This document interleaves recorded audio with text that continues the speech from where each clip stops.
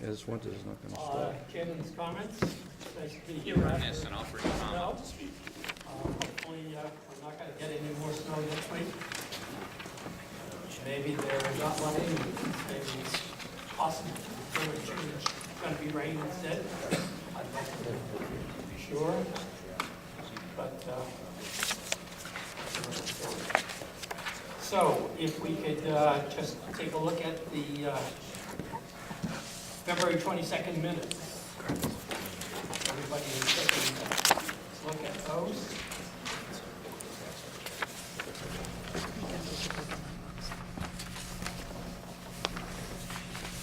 We have a motion to approve the minutes.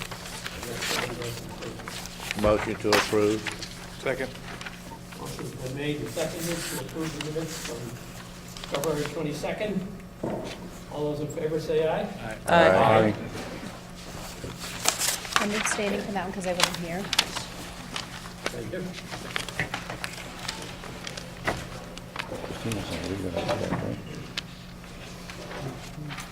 Okay, we have a timeline attached. We do. We have a calendar and a timeline.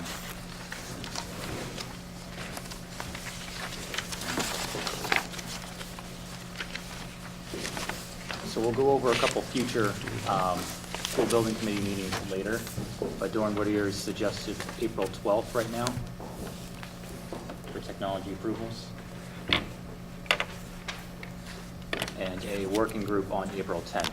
Send that out to the working group. The 12th is a Monday? April 12th is a Thursday, that's the school building committee, and Oh, April I'm 10th sorry, I'm is looking a at the wrong- Tuesday. Yeah, all right.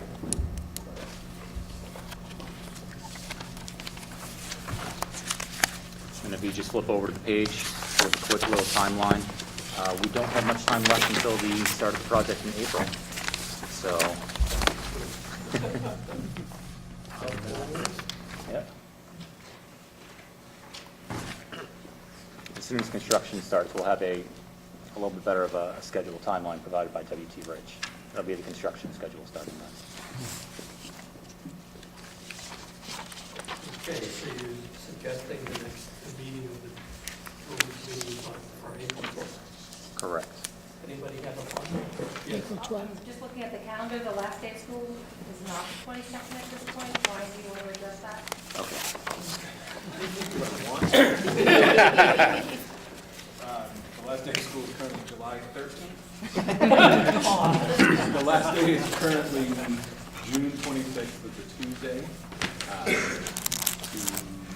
There's another storm on the horizon for next week, so that could adjust. But the committee is going to take up a discussion in April. If we get past April 1st, we've used our 5 snow days, so we don't have to make up any additional days beyond April 1st. So at the April 11th school committee meeting, the committee is going to see where we landed, make a determination. But I would say the earliest that would be considered is the discussions floating around would be to use, people have thrown out Saturdays, people have thrown out vacation days, to bring back those 2 days to go back to Friday the 22nd. But at this point, nothing's official. And if I had to make a guess, my guess is we would, unless nothing else happens, we would stay on Tuesday the 26th. That's the final day of school.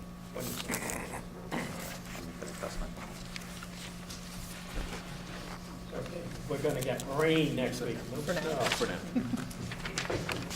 That's official, right? Talk to the Erica? snow gods. I just have a question. So considering that it was expected the June 22nd date, is that going to be, like, it's not that many days, but is that going to be a huge problem where, that's probably for the, You think about project timeline? yeah, like if that's going to be a huge, just because I know we're getting tight to starting the year, being able to even walk in the thing. Probably not, but we've got to run it through the machine. Yep.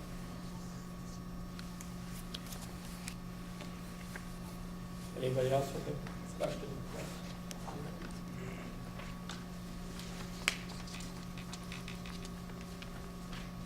Okay. So again, we are setting April 12th as our next. Correct. 12th. Yeah. Oh. Okay. I knew it was gonna be that. Okay, Karen said he, Oh, that's right. I should be You'll be fine by then. Won't say anything if you can shake it up. here. Okay. Are we ready for number 5? Move services? Yep. So we had 5 moving companies come in for a walkthrough in the school and ask for the bid form, and we had 2 submit, Diamond Moving Services and Wakefield, and there's a breakdown of their proposals on the last page of the package.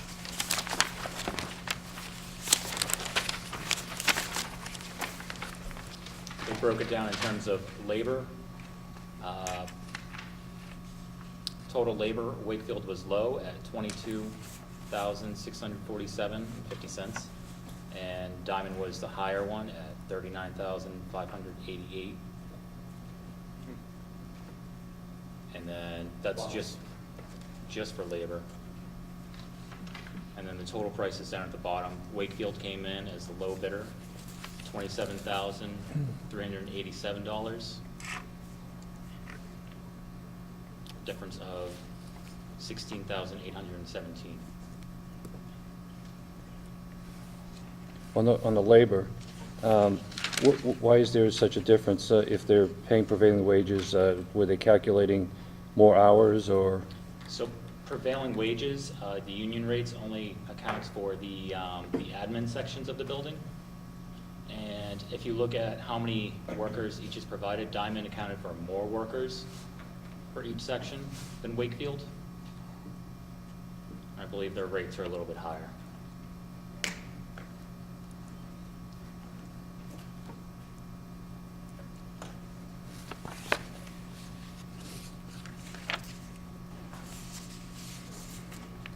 Can I ask a question? Are the movers working only during the project? Are they gonna be here in the summer moving things as we transition to different classrooms in the middle of the year, or is it just the ends of phases, or?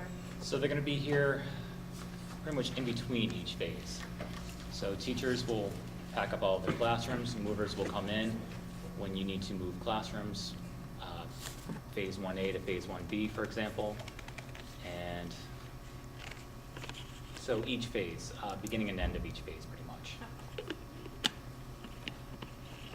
I think, because I know some of us are scheduled to move in November or February, and we're just kind of wondering, when is that? Is it a weekend? Is it a vacation? Is it middle of the week?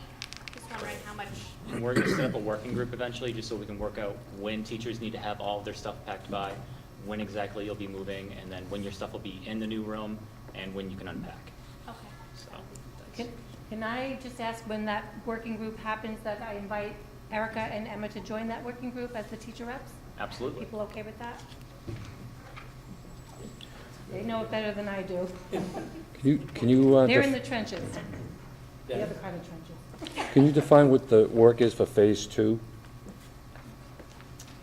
In terms of just how much is being moved, or? Well, because there's a big difference. I see 1,600 for Wakefield and almost 4,600. That's $3,000 more for the phase 2, and I just wondered if there was something that somebody didn't pick up on that.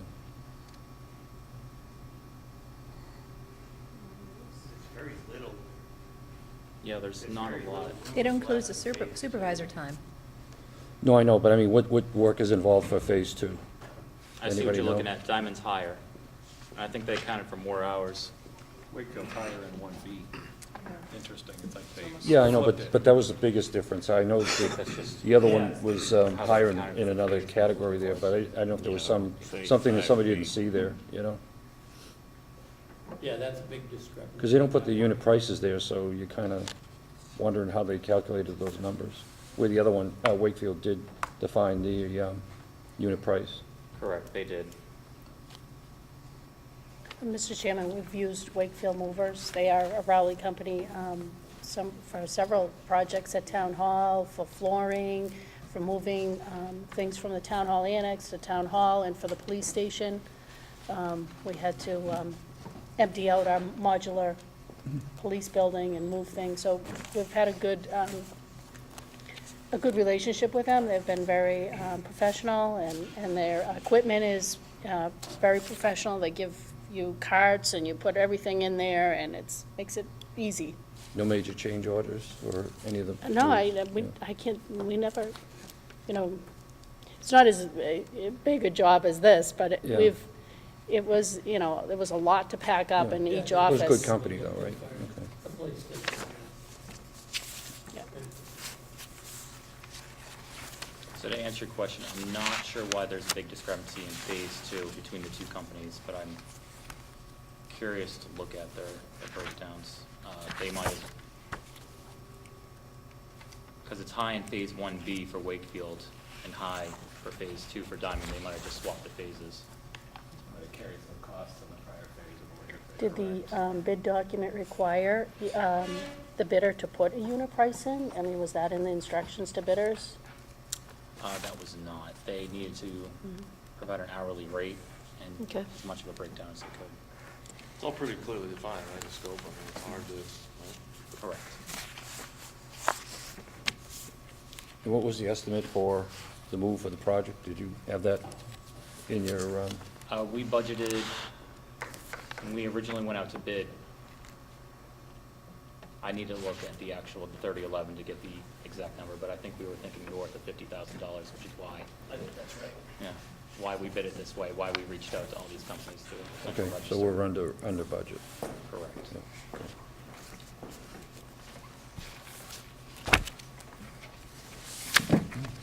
Would you like a motion, Mr. Chairman?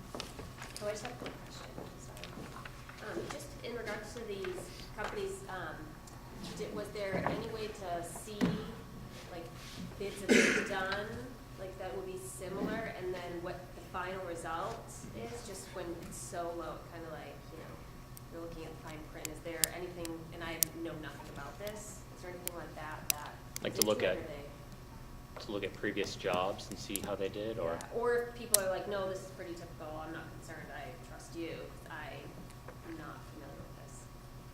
I mean, with only two bidders, it's hard to tell exactly. We are familiar, the town is, with Wakefield, Wakefield and. because they the town. handled the move from the police station. When they acted with the vehicle and the trailers, we had, what was it, 8 trailers? And I think that's why they're so low too, is Because because they're the local, annex there's and, less charges. And they are in town. I'd like to make a motion that we award the bid to Wakefield for moving services. Second. For the amount of $27,387.50, you'd like to include the price? Yes. If we could? Yeah. In a And second. include the price. I'll second. Okay, yeah. Thank you, Pete. Yeah. Any further discussion? Questions? Okay, motion's been made and seconded to approve the new contract to Wakefield at the amount of $27,387.50. All those in favor say aye. Aye.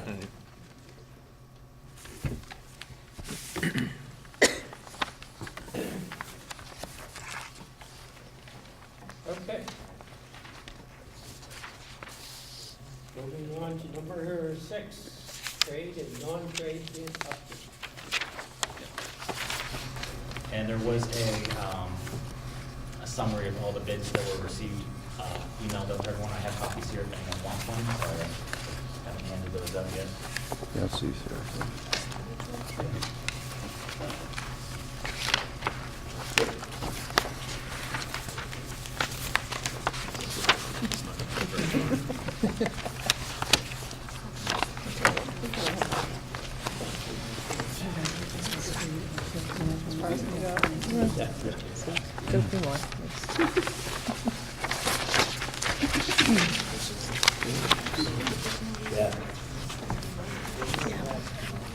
Plus the font be made bigger so I don't have to squint. We only- Jim? No, no, Need to sign this. Yeah, I got this, yeah, the same thing. I'm wondering if it is. James, are there any more of those? It doesn't have that. We need 4. Brad, do you have any copies of Maybe that? it's informational. Is Is what it the now? same? It doesn't have this, the, So small, I mean, how did I read this?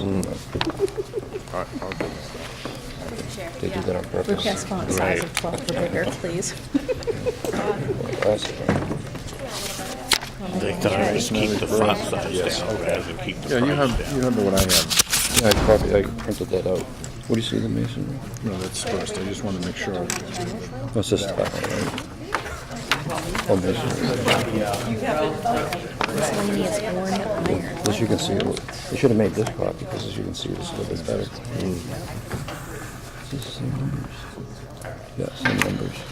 So just to review the fire protection sprinkler trade, the low bid was Northeast Automatic Sprinkler. However, there were certain requirements that they didn't include in their bid, particularly the non-collusion paperwork.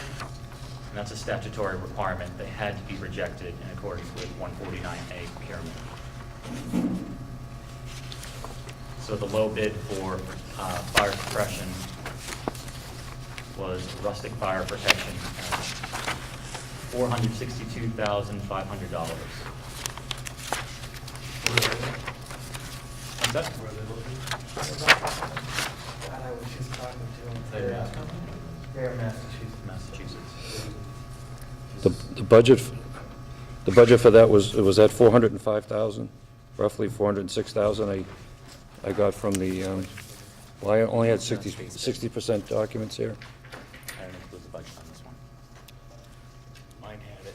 Yours had it. Yeah. I have the 60%, but I don't have is there a 90? There is a 90%. Okay. Because the 60%, I think it was like 406,000, so this would be over by roughly 60,000, 50,000. Correct.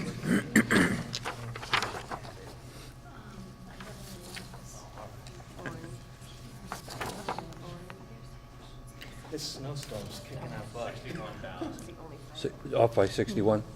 Yep, that's what I thought. Do you So, want to run through all these real quick again? We could, if the board, if the committee would like us to, we certainly could. What's that? A little repetitive. Correct. But see, they should have that all for us ahead. No, it's fine. Spreadsheet. And then we can all the just stuff go there. straight to I didn't the do bid them all, but I protest on did some. electrical. Probably the reason why they. there was a big protest on the electrical part of the project. So the original low bidder was Anise Electrical Services. One of their Some of the sub, the technology and security sub that they listed as a subcontractor was not, his DCAM certification had lapsed. Since December. DCAM, Division of Capital and Asset Management. Thank you, Debbie. All filed sub-bids need to be DCAM certified and have this certification up to date. So there was a bid protest, and my office, John Rich, got involved and went back and forth with the Attorney General through email correspondence. And as it turns out, the recommendation was to, in fact, go on to the next bid because it was a legitimate protest. So there were 2 remaining bids, and the low bidder was Lavangi Electric, $3,530,000. Now, my guess would, I had an estimate on the original estimate was like around $3 million. And so is this roughly $500,000 over in the budget? Roughly 250. 251, 644.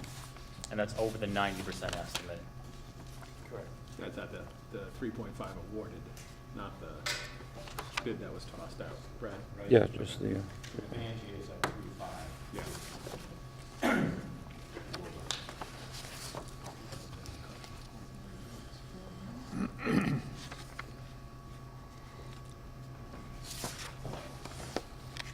you have that? So So it's unfortunate, right, because the deal is, it's paragraph B, 5 sub, Yep. right? They have to be DCAM certified, because we called it out in the spec. We can't go back on that, otherwise it'll get posted. It'll get protested going the other way. And so because that particular sub was connectivity out of Maine, they were DCAM certified. Their certification lapsed in December. They've Right there. actually gone and tried to have it put back in place. DCAM actually said they would reinstate it retroactively Yeah. back to when it Yeah, lapsed. I saw that. However, because of the fact that technically it had lapsed, was not current at the time of the bid, and the discussion that we had with the agent's office, they said we probably lose that. Not a formal opinion, but that's their sense. And so, based on that, our recommendation in having discussions with both subs, and kind of figuring out, where we thought they were gonna shake out on this, it seemed to make sense that we should reject Amy's bid and move forward with the expansion bid. We also have the issue of, kind of critical path and timing of all of this.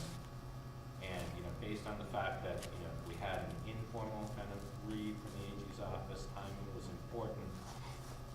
We're gonna lose money on it because of that technicality, but, unfortunately, we're the victim of that. We would have been fine with the East going the other way. It just didn't work out that way. Similar type of situation with Northeast and Rustic, right? I mean, if you put that non-collusion form in there, we would have picked up 40 grand there too. But that's procurement.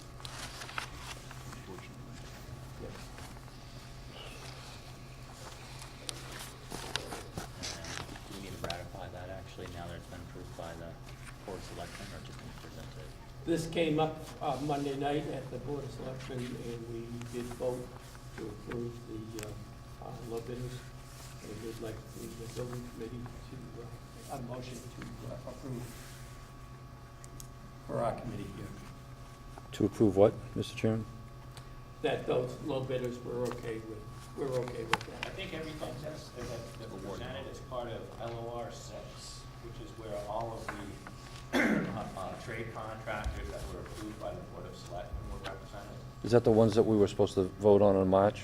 The That's- painting and et cetera, et Yeah, cetera? if it wasn't for the weather, we would have had the, building committee have an opportunity to review, recommend approval to the Board of Selectmen. We didn't have that opportunity, unfortunately, so we're doing it flip. So the Board of Selectmen's already signed off, but I think it would be good, right, having presented these and you've been presented with the facts, that you still have an opportunity to vote that you would have recommended it, right? And then hopefully we'll be able to get everything in order properly for the next, which is what Tom and James are going to present. Yeah, but we haven't been privy to those contractors other than an email, right? That's true. I mean, depending on how you want to go through this, I mean, you could go through all of the bid tabs and go through, the leveling sheets. I guess I would say, we're happy to do that with you now or separately, but it's kind of, because the ship has already sailed with the Board of Selectmen already approving it, and, that's up to you. Does it need approval from this committee? Or, I mean, the Board of Selectmen already approved it, so basically it's Right. a moot point, so I mean, This does, ship has kind of already sailed, so, but you don't need a requirement from this board, pretty much, right? technically. Okay.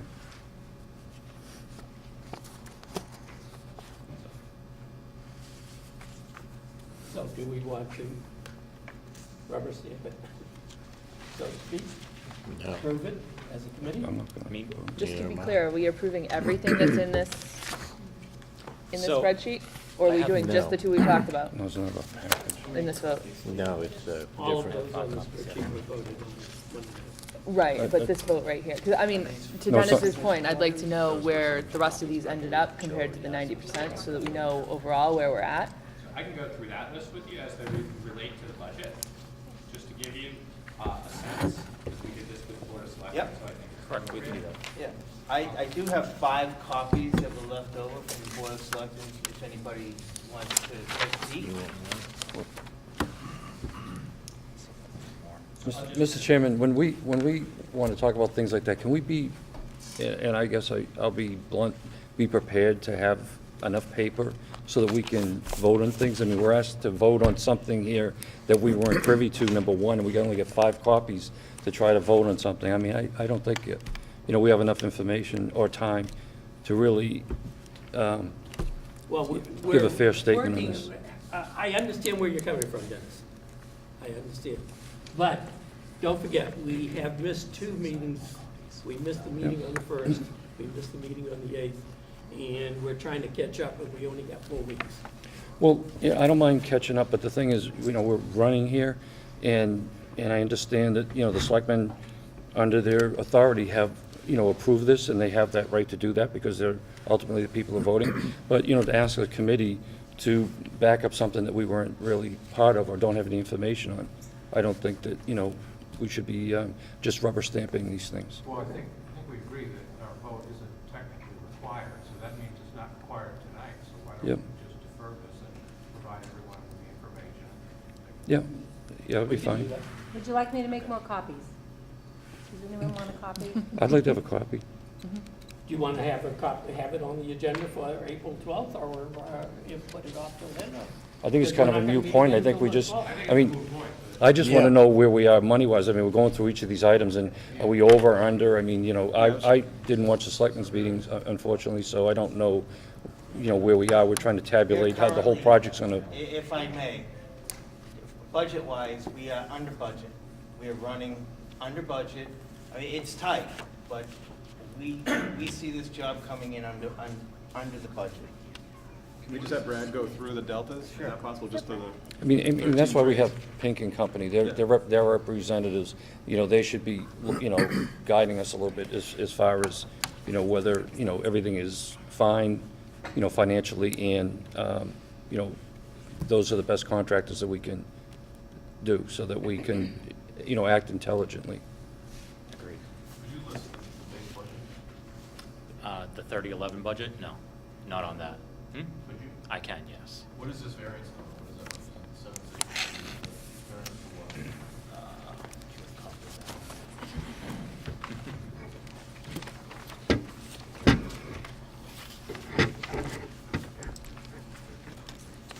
I think the variance is.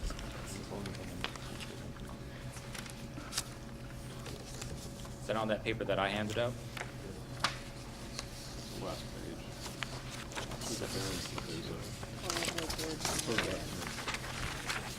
The 11 million of the subs that the selectmen approved. the other Correct. night, right? That's the total of the low bids that were selected. The 762 doesn't represent very. No. I'm not sure what that is, too. I'll get back to you next week. Yeah, so on the subcontracts that were approved by the Board of Selectmen, we were over budget by $379,479 as compared to budget on those particular trade contractors. Percentage of that budget that you approved is $11 million, you say that's. Yeah, that's so the total amount that was approved there, just by my handwritten math, right, was $11,823,707. The budget for those same line items was $11,444,228, which gives you the delta, the $379,479. So on these particular contracts, we are over budget. However, right, what Tom's alluding to is on some of the non-trade contractors, right, ones that we've already let, for example, like the demo. Demolition and abatement. We saved $300,000 plus or minus on demo alone. The And windows. so some of the other Kitchen trade equipment. contractors that are coming in are also have been lower. So on balance for the contracts that have been awarded, we're right about budget. And what he's tracking for on all of the non-trade contractors, right, he's tracking a couple $100,000 under budget. However, we haven't, or you haven't, the Board of Selectmen hasn't, nor have I completely yet seen all of that stuff. But with respect to LOR 6, which was what was approved by the Board of Selectmen, again, earlier this week, they approved $11,823,707 worth of trade contractors bills, which represents $379,479 over budget with respect to those particular bills. 3.2. It's pretty good. And we actually think that we're going to be better. And had we actually been, okay, the beneficiary of not having those two particular bid protests, we'd be at 1.6%, which is very good. So, you know, what we can, there's a silver lining here right now with respect to what we have estimated thus far. We're pretty much right on the month, which is good. And this represents a significant portion, more than half, of all of the contracts that have already been made. And the ones, okay, where we have the least control because they have the most flexibility in terms of being a trade contract. So my personal take on that, notwithstanding the fact that I agree with you, Dennis, in terms of presentation, and it was a little jilted or stilted just because of the timing of this, is that I think that we're doing pretty well with respect to the budget, for what it's worth. No, the HVAC, which is a big chunk, has that been awarded or? The HVAC, okay, was awarded to Amonte, right? And we're about, on that particular line item, we were over by $295,853. So it's part of the 300 that we were talking about? Okay, all right. Because that's a big number, so the other ones are, you know. Yeah, and, you know, electrical, you know, we were over on that as well. But, you know, we made up ground on a lot of the other subs there, you know, to help balance that out.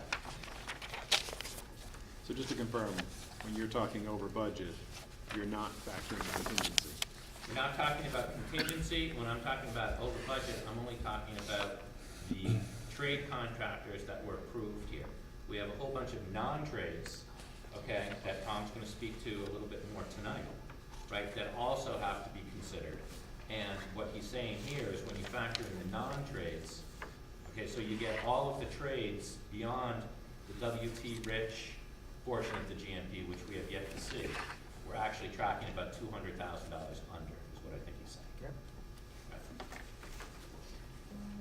Is it normal to only receive 2 bids out of 6 expected in a category like HVAC?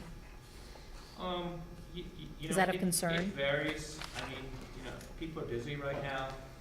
This is, you know, this is a pretty quick, pretty complex reno. And so, you know, So it's not as attractive as it could every be? contractor has to go out there and, you know, they're looking at what they have in their pocket already and what they have coming up. And, you know, they make decisions individually as to whether or not they want to go after the job.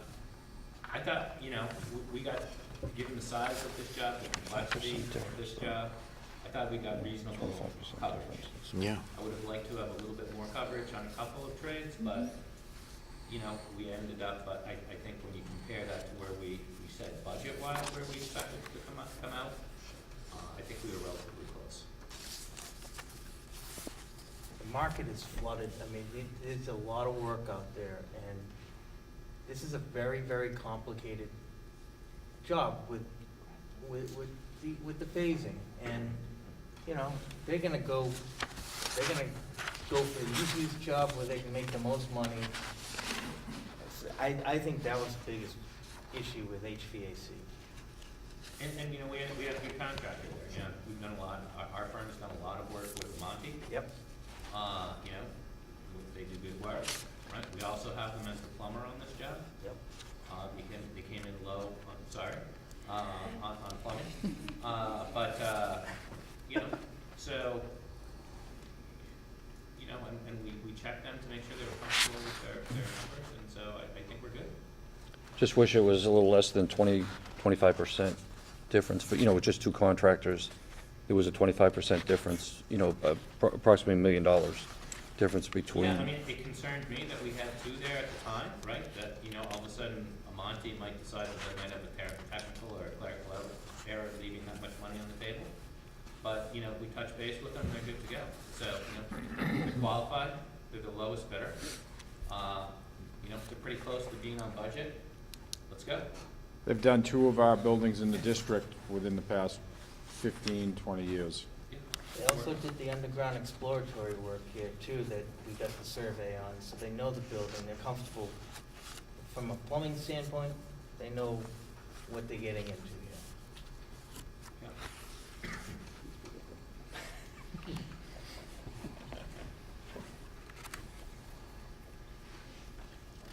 Anything else?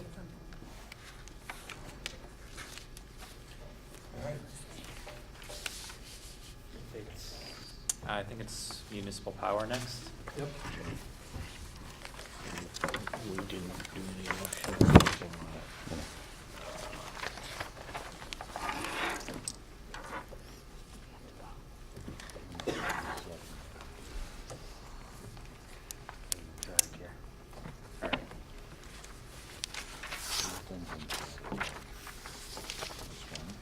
This one I did have copies.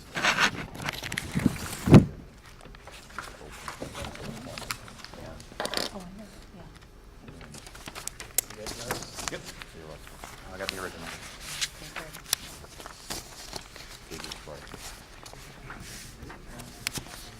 That was a number.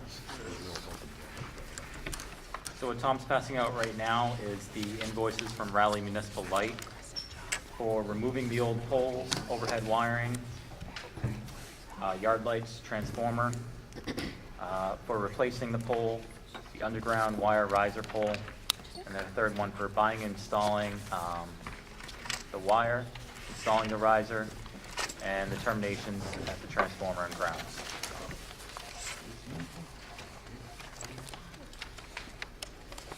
When are they gonna place location?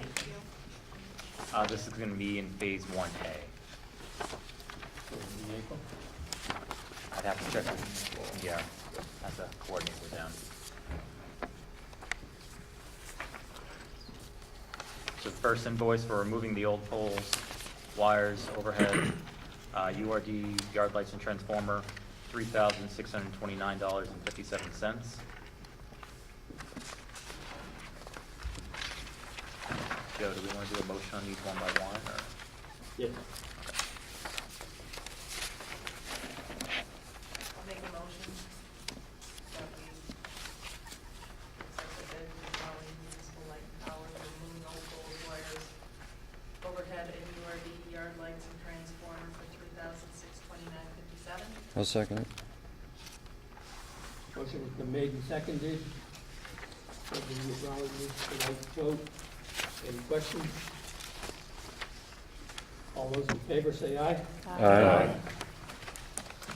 And the second invoice is for replacing the pole at 44 Main Street, underground wire riser and pole, for a total of $3,429.50. I'll make a motion to replace pole 44 at Main Street, underground wire riser pole, for $3,429.50. I'll second it. Motion's been made and seconded for the Raleigh Municipal Light quote to replace the pole at 44 Main Street. Any questions? All those in favor say aye. Aye.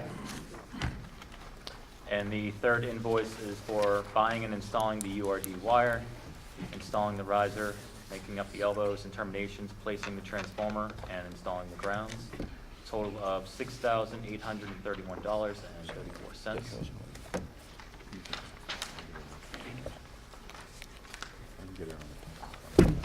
I don't know what it is. I'll make a motion that we approve the Raleigh Municipal Light Department quote to buy and install URD wire, install riser, make up elbows and terminators, replace transformer and grounds for the amount of $6,831.34. I'll second it. Motion's been made and seconded to approve the Raleigh Municipal Light quote to buy and install URD wire, install riser, make up elbows and terminators, place transformer and grounds. All those in favor say aye. Aye. That doesn't include the transformer. No, the transformer was approved separately. Correct. Hurry up and read this.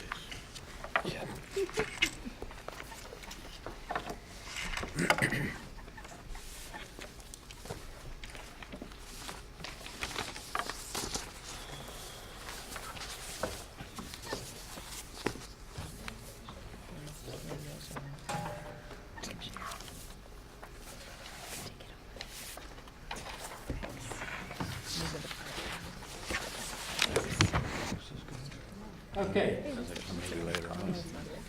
at least clear. Yes, this is the MSBA paperwork.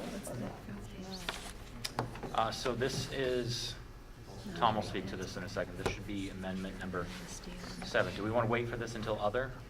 Go through the other items first? Okay. Is there any MSBA paperwork? Not now. Okay. No MSBA paperwork. We've set the future meeting dates for April 12th under other. Do you want to go over your amendments? Sure. Okay, first up, I have a letter of recommendation, number 7. This is for a package of non-trade bidders for structural steel, millwork, and manufactured casework, doors, frames, and hardware, concrete and concrete pavement, and site work. So within this package is, what I'm doing is I'm listing the recommended contractors based on low qualified bid. For structural steel, we're recommending Capone Iron Works. Capone was also the low bidder from Miss Iron. They're also based out of Raleigh. So they were very aggressive on this project. The low qualified bid for millwork and manufactured casework is Northeast Interior Systems. Then we had O'Connor Door for doors, frames, and hardware. United Civil for concrete and concrete pavement, and United Civil for site work. The low bids are all under budget. The concrete is actually at budget. And within this package is a leveling sheet for each one of these packages with all the backup. Is there any reason for not specifying what the budget amount is or was, rather than just say under budget? Well, it is in the leveling sheet. Which is attached. It's in the leveling sheet, which is in the attachment. Right, I assume because so. it's a That's a half an package. inch of trying to find it. I think what would be nice, maybe what we're asking, is that in the future, if on the sheets like this, it could give us what the budget is, so we can take a quick look at it and say, not just under, over, or at, but we could actually see a number, so that we're comparing apples to apples. So that they can see a delta. Is that possible, please? Yes, oh, it absolutely is, and I spent a lot of I don't know time if on it's the a Tom thing backup or- and the leveling sheet that shows it. It's, Yeah, but then you under gave us the each cheat division. sheet, so we don't need to look inside the packet, so Okay. it'd be nice if we were on the cheat sheet. That's fine, I understand. Okay, thanks, Tom. Oh, yeah, it's in- Does that help? Yeah. But that's just not on the cover sheet. They're looking for it on the cover sheet. It'll Quick wind on the reference. cover sheet, I understand. I completely understand. So, what I could do, Larry's out. I have my program, I have the Otherwise he'd be- estimates open, so if you would allow me to give you a verbal, I would be happy to do that. At 6:15 on the structural steel, we had a budget of 701,199. The delta is 86,199.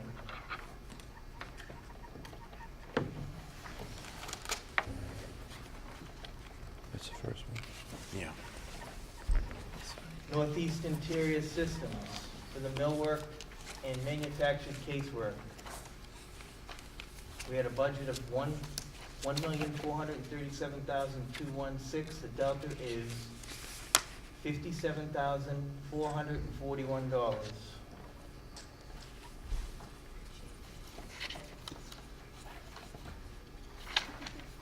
On the doors, frames, and hardware,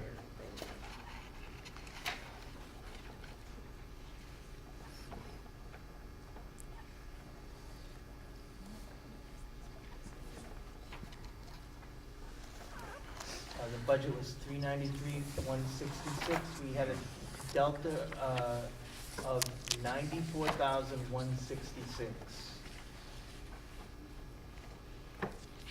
On the concrete, it's right at budget. 444,999. On the site work,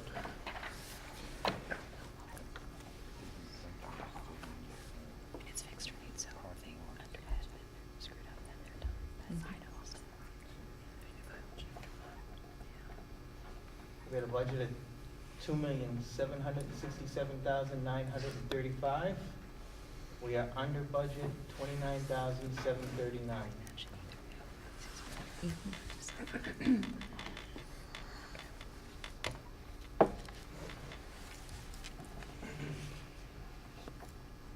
And I will, next time I do a package like this, I will make sure I have another column for the budget. 266K under. That's good. Go ahead. And I'll include a table of this in the minutes, just as a quick reference. It's piecemeal, but it's making up for what's over on the other two. So with these numbers, we're requesting that the board accept the recommendations for award on the letter of recommendation number 7 for non-trade bids. I'll make that motion. Brad? So this is LOR number 7, right? 6 was what you guys approved at the Board of Selectmen. And ultimately, what happens with this board, or with this committee rather, will be a recommendation to the Board of Selectmen, who have the technical authority that we were just talking about a minute ago. So there's a lot of stuff that's happening really fast, trying to go, and these guys are working really hard trying to get all of these numbers together. What I did, okay, and so we've got LOR 7 that's coming, which we're talking about right now, This is LOR. and LOR 8, which he's also going to provide you with tonight. So I've actually gone through, and I agree with everything that's been put together in terms of the comparison on the leveling sheets, and as they relate to, the subs. So, we've got the right sub in there as the lowest qualified, contractor. But what we haven't had an opportunity to do fully yet, just because of time, is we haven't been able to go and take this information and compare it back to the budget. I've done a quick and dirty on that, but Tom, is working in his world over here with respect to his budget as it relates to the 90% estimate. As he should, because that was what everything was being set up as. However, on the other side, on the owner side, right, you have your own budget that you have to do, which is your project budget that was voted by everybody in Raleigh, right? And then you've also signed up to with the MSBA under your project funding agreement, and we all remember the 3011 discussion. So when you go and you look at that, the technical on that is that when you go and look at LOR 6, 7, and 8, which is, and everything else before that, that actually puts you a little over your trade contractor, value that you have in your project funding when you get it. And so, and that's because there's two different kind of machines that are working, if you will. What really should happen is that those two things should be reconciled. Ultimately, I'm comfortable that they're going to be there, right? And we're going to get to the right number, because I've been following all of the leveling sheets. But I just want to make you aware of the fact that, if you were to go and approve for recommendation LOR 7 and LOR 8, you would actually be over that line item in terms of your specific 3011 trade contractor number. And just, when we think about that, just so you have a sense, it's not a lot, but we also have other non-trade contracts to sign up. We haven't got all of them done yet. And so it would be good to do that, reconcile, and I have a path that I'd like to propose. So the construction trade subtotal in the 3011 is $22,254,325. And when you get through, and I know I'm getting a little bit ahead of this, Tom, but in your LOR 8, you gave a total, right? Yes. And I think that total's a little bit over that. So before you go and approve, just for consideration. 22,294,647. So you're a little over. So I think it's good, right, because all of the substance of what you're approving with respect to all of these contractors is correct. But the presentation in terms of, as it correlates in terms to a reconciled number with your budget, we want to make sure that we're in line with what those numbers are as presented to MSBA, and then whatever is left that's going to be included between the $30 million number, which is where their GMP is going to land somewhere around there. So it gives you $8 million of unapproved contract. We want to make sure that any overage that we have is going to, get subsumed into that $8 million. Because what nobody here wants, and none of these guys want, nor do I want, we don't want to end up over that number that's been approved as the aggregate number that we're going to sign up for a GMP. Because then we're going to be dipping into contingency, your owner's contingency. And if we're going to do that, we want to do that with eyes wide open, right? And so right now, we don't have all of that information. So what I'd like to suggest to you, right, is that you can make a recommendation, or you consider making a recommendation to award to the Board of Selectmen, but allow the project team to be able to go between now and when it comes in front of the Board of Selectmen, to do that reconciliation, and to be able to present back to the Board of Selectmen that in fact, we are consistent with the budget, and that we are tracking towards something that's going to keep us in line with what the aggregate value of the construction contract will be that they're going to have in their GMP. And I know that was a mouthful there, but if you guys have any questions, I'd be happy to try and answer them for you. But there's a lot of moving parts here, and I'm not putting any onus on these guys. Are doing the best job they possibly can. They're trying to go and get all of this stuff done. Non-trades coming in, leveling them all. We went through all the stuff with the AG, so everything there I think is completely proper, above board. It's just a timing issue. But I want to make sure, right, that everybody is aware of what's going on, and that, you're not running afoul of anything that you have in your contract with the MSBA, because they're working, Tom's looking at what I have to do for his GMP, and that's its own language over here. And you have a separate one, okay, with the MSBA and your project funding agreement, and that's its own language. We just need to make sure that the interpreter, okay, has it all together. So why is there a difference between your budgeted numbers and the 3011? Because the 3011 budget was put together based on the schematic design estimate, right, that was done much earlier than this. So it's a timing thing? It's a timing thing. So we had a set of information then that was put together here, and then ultimately, it's not going to be perfect. But we want to make sure that when we make that decision and when we're approving things, that we know what the mechanic is behind the scene. Because ultimately, what you're going to have to do, right, is you're going to have to put some type of BRR together, right, budget revision request, to be able to go and change those line items to reflect what we're actually going to be signing up to in the GMP. And so we want to be able to know what all of those things, how those things are unwinding before we vote on all that stuff. So if people would be willing to go and continue to go through this discussion, because timing is of the essence here, folks, there's no doubt about it.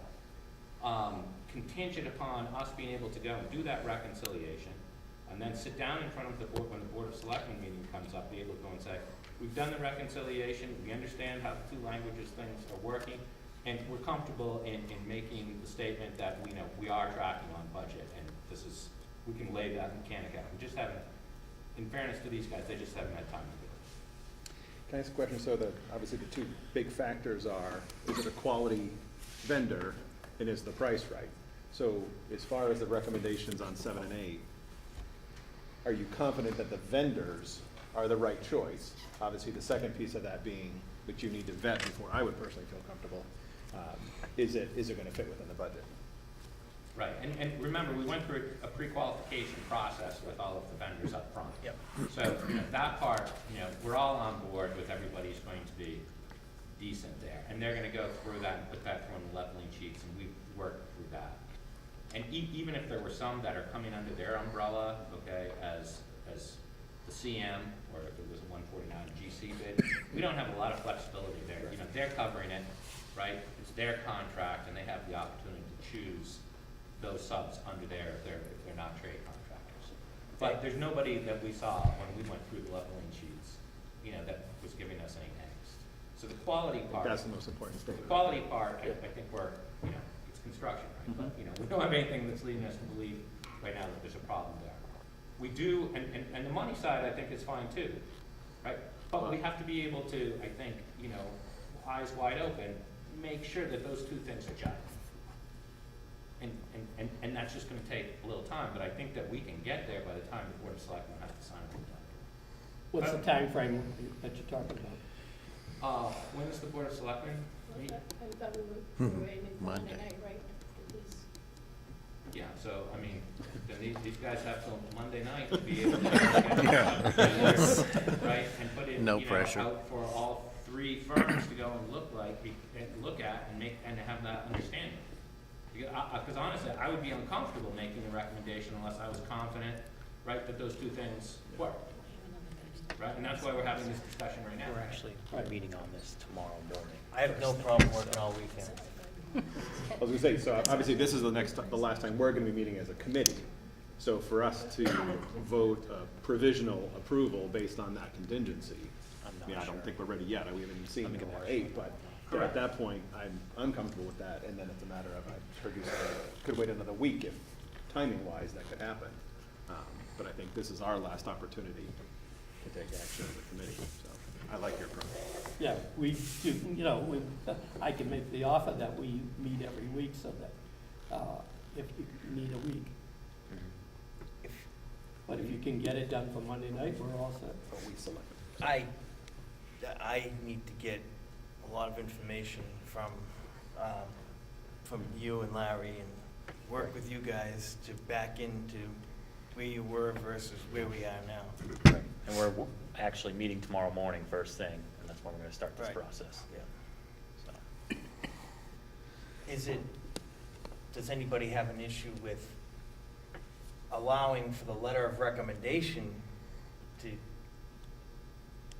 contingent upon, because I'm not necessarily asking you to amend the contractually, like, on number 8, number 7, amendment 7 to the contract, to the contract, we're still under that budget on number 7. Right, but, you know, As we're we- just talking about, you know, the yeah. same thing's gonna happen on Monday, Yeah. right? Right, yeah. So we're gonna be in front of the Board of Selectmen at that point in time. So I think it's incumbent upon us as the project team to be able to take that information, right? Look at it as compared to what the owner's budget is, reconcile that to what we have, you know, that we're working with, that you're working with in terms of your budget. And I don't think it's a huge lift, right, but I think it's a necessary lift. Right.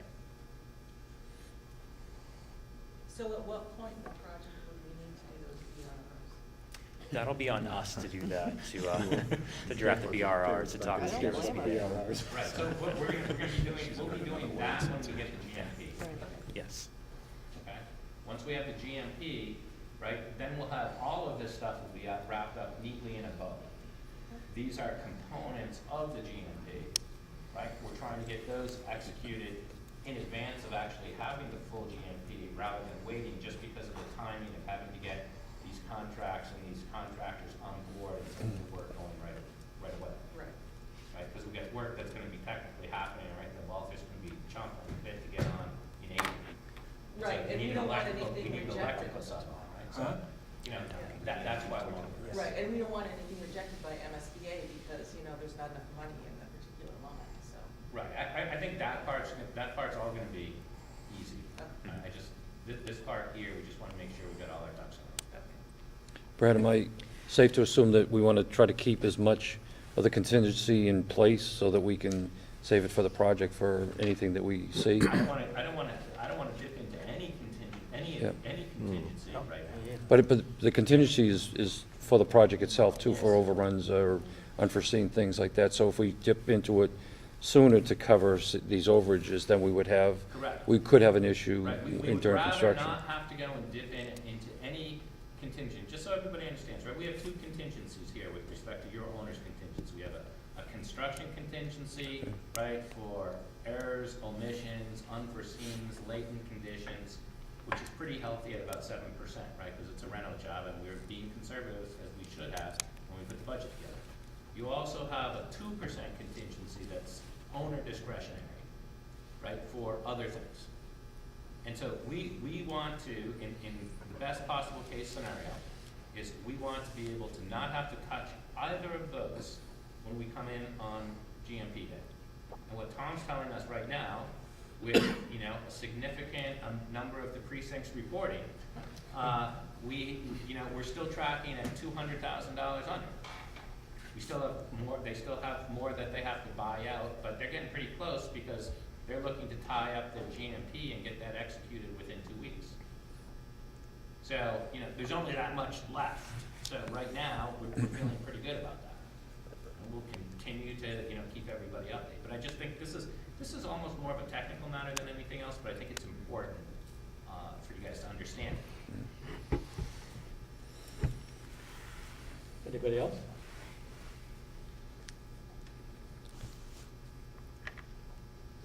I don't have a problem. If you want, I'll make a motion that we approve this, not approve it, what's the word we want to say? Recommend it to the, conditionally recommend it to the Board of Selectmen for approval. Subject to us having an opportunity to go and reconcile and then be able to report to the Board of Selectmen where we stand with respect to the budget. Yeah, whatever you said. Yeah. Go ahead. Any further comment? Okay, we have a motion and a second. Approve with contingencies with Brad's amendment to the motion. All those in favor say aye. Aye. Aye. Yes, LOR 7.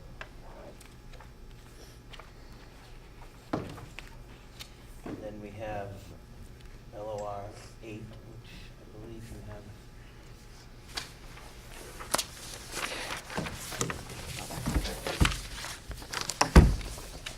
Please don't say.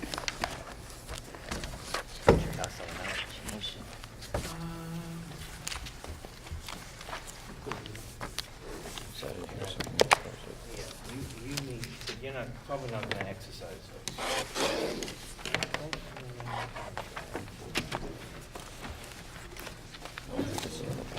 Yeah. Oh. Yeah. Trying to keep the originals up this way. Next up. Let's just pull these out then. I don't think there's enough to go around.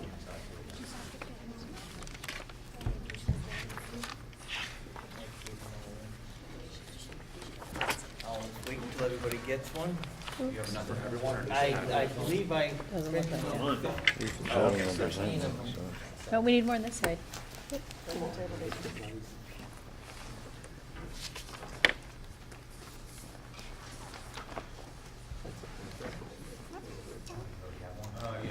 Yeah, we don't have any over here. This is the last one.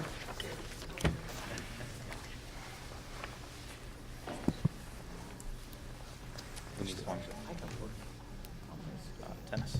Yep, thanks. Put this one over here. Yeah.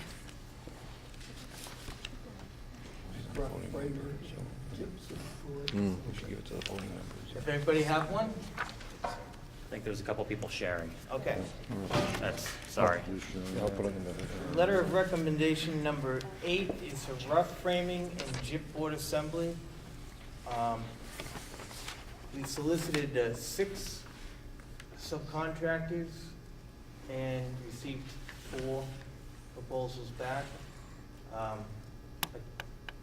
I did note the budget on this one because this was one separate item. New England finishes at $1,358,800. This one's over. The budget was $1,231,294. We are over budget on this line item. However, we are still tracking well in the overall control schedule that I'm working off of. you can note, in the backup, there's a leveling sheet with all the backup for all these trades as well as their bids. And so there's a leveling sheet with all the qualifications that are attached to it. New England Finishes is a very large drywaller in New England, as well as the rest of these guys. They're the right company for this job, and we're recommending that we go ahead and award a contract to them, even with it being over budget.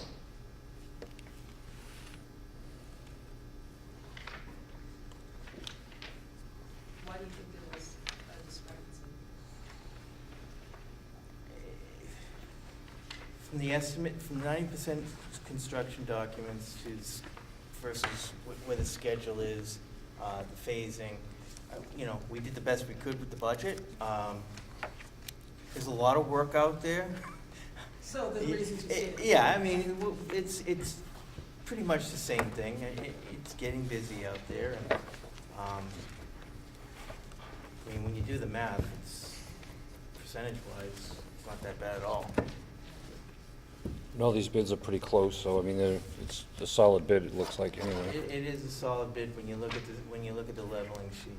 So yeah, we're comfortable with it.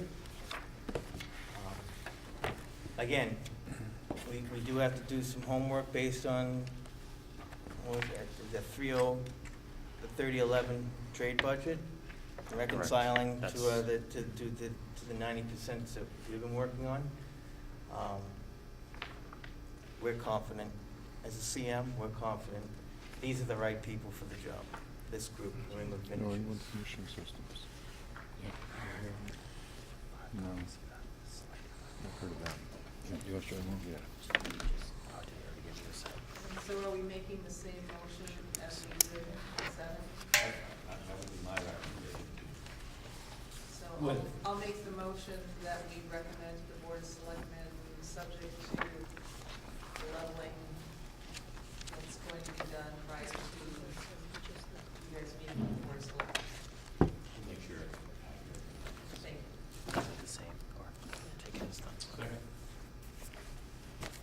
Motion has been made and seconded for LOR 8. Any further discussion?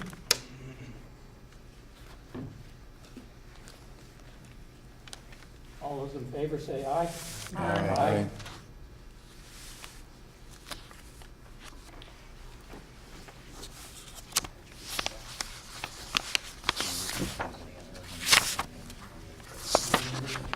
We're not doing, Contract amendment? so Brad, Yep. your opinion is we stand down on, so we have the LORs as one package, then we've separated, originally we were doing the LORs and the amendment in one package. Now we have a separate amendment for each LOR. So we stand down on the amendments until next week.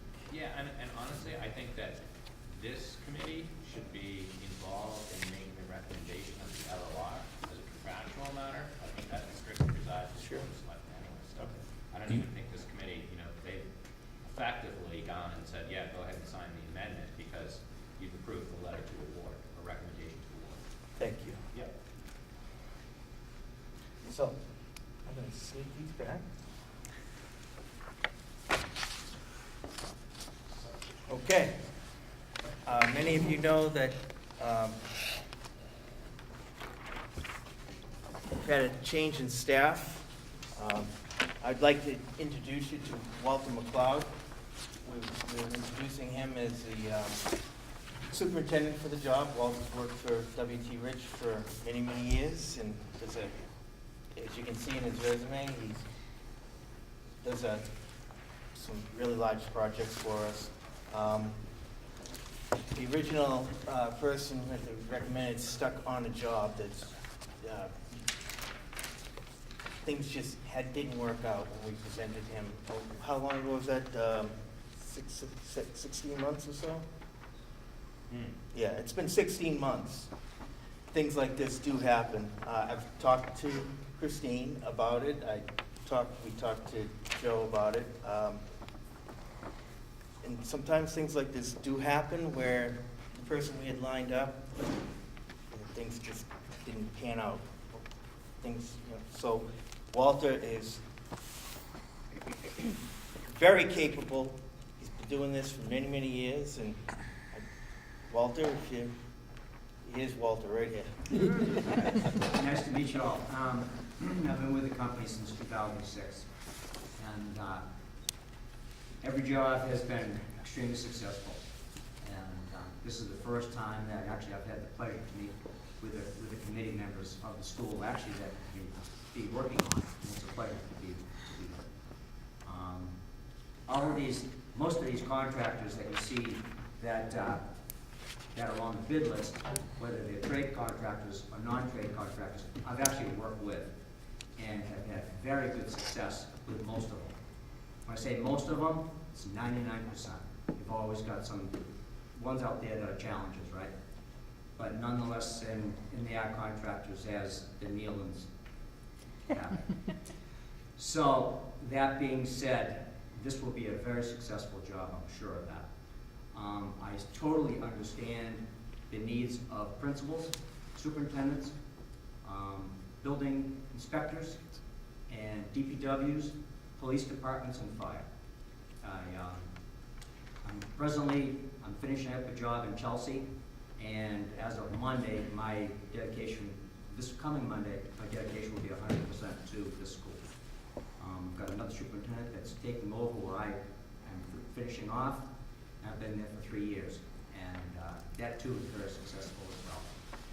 It requires extreme communication, coordination with trades, just like what we have before us, and a lot of work. I totally understand what the needs of the principals are. She's got a school to run here, but yet we're in construction. And there's going to be things that arise, and I'll do my damnedest to keep that to the minimum. And that's part of our job, right? That's right. So, looking forward to starting, and can't wait to get going.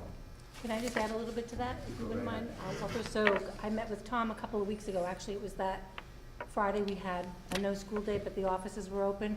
And Tom and I had an opportunity to meet, and he told me about Walter. I went home that evening and happened to mention Walter's name to my husband, and my husband said, "Wait, what? Walter McLeod's the superintendent?" So he immediately got on the phone with my father-in-law, who sends his regards to you. So my husband and my father-in-law have the utmost respect for you and are thrilled that you're a part of this project, even though Nealon Plumbing did not get the bid, but I'm looking forward to working with you, so. And I as well. And how that relationship actually came about, and when I first got into the business, when I got out of the Navy, I started off in private construction, the Satellite Building. Satellite Building was a contractor that Nealon Plumbing and Heating used to use a lot. Competent, very competent, and very good, and it's a pleasure to know the Nealons as well. Thank you for that. Well, I look forward to working with you as well. So on that line, Brian, I think I had called you that day and talked about the whole Corey situation. Maybe the committee would like to know that, and folks that are watching. Absolutely.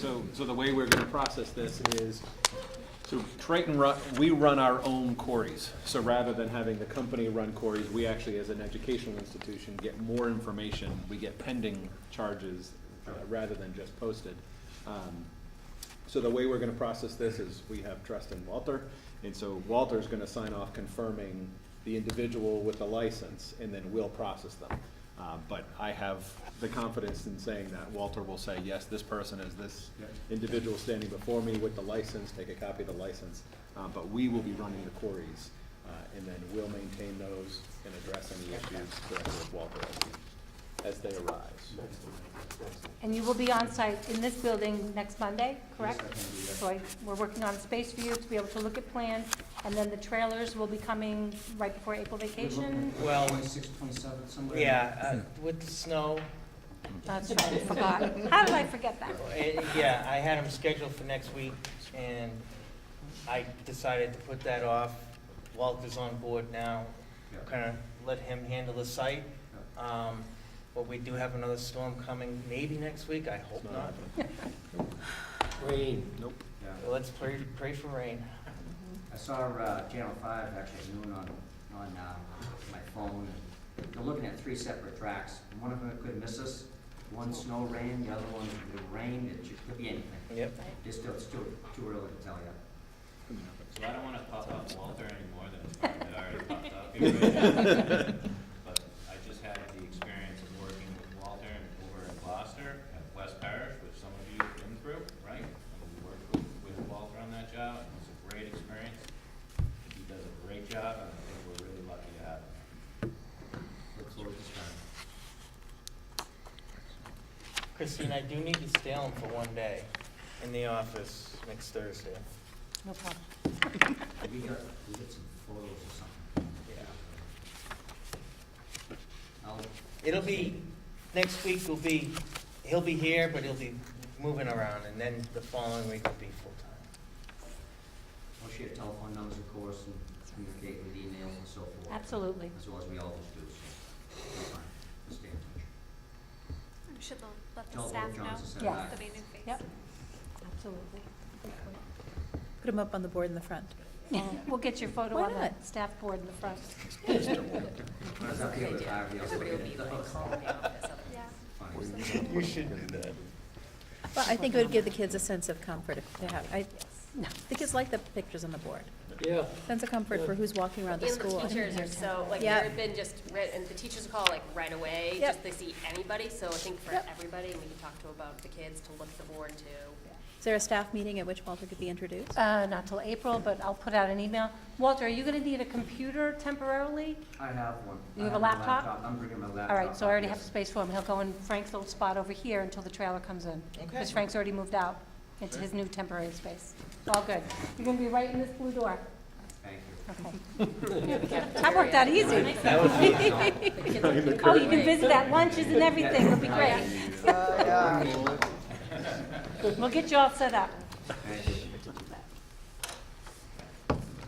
Okay, are we all set? Thank you very much. You know what we're gonna do? We'll do it again. Motion to adjourn? Mr. Chairman, before we adjourn, could I make a request Yes. that any future handouts have a minimum of 15 copies each? Yes, Thank you. please. Agreed. I thought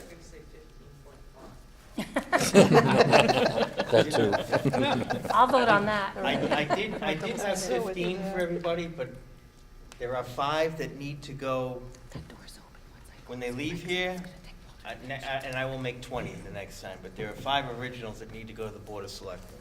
Right. So I will make 20 next time. Now I move to adjourn? Motion Second. to adjourn. Second. All those in favor say aye. Aye. Aye. Thank you all for coming.